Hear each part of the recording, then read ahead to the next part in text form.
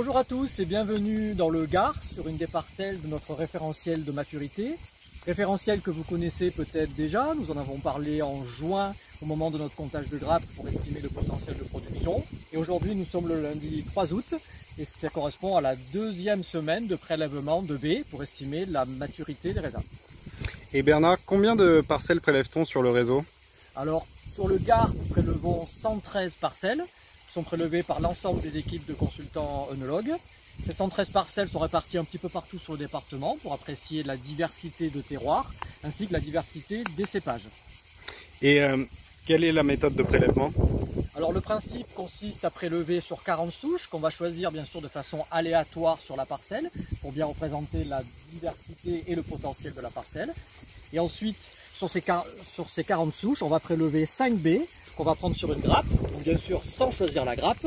Et ces 5 baies on va les prendre sur les côtés, en bas, devant et derrière pour essayer d'avoir la meilleure représentativité possible de la maturité de cette grappe.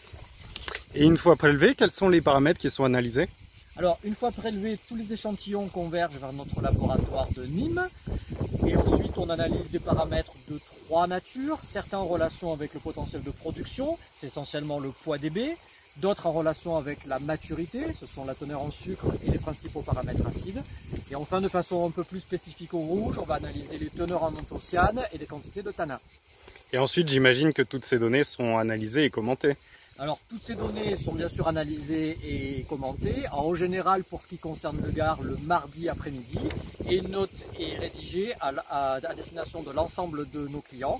C'est donc un travail d'équipe qui implique tous les consultants œnologues, viticoles et le laboratoire. Et peut-être quelques infos pour 2020?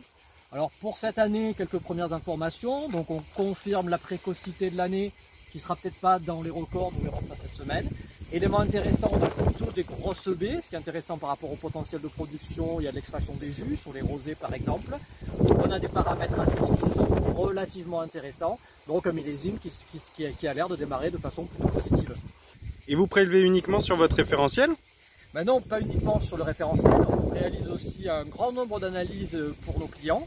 Ce sont plusieurs centaines d'échantillons qui sont analysés dans nos laboratoires chaque semaine. Donc si vous êtes intéressé, ben, n'hésitez pas à contacter vos consultants référents, œnologues et viti, sur l'ensemble des départements Provence, Languedoc et Mayenne.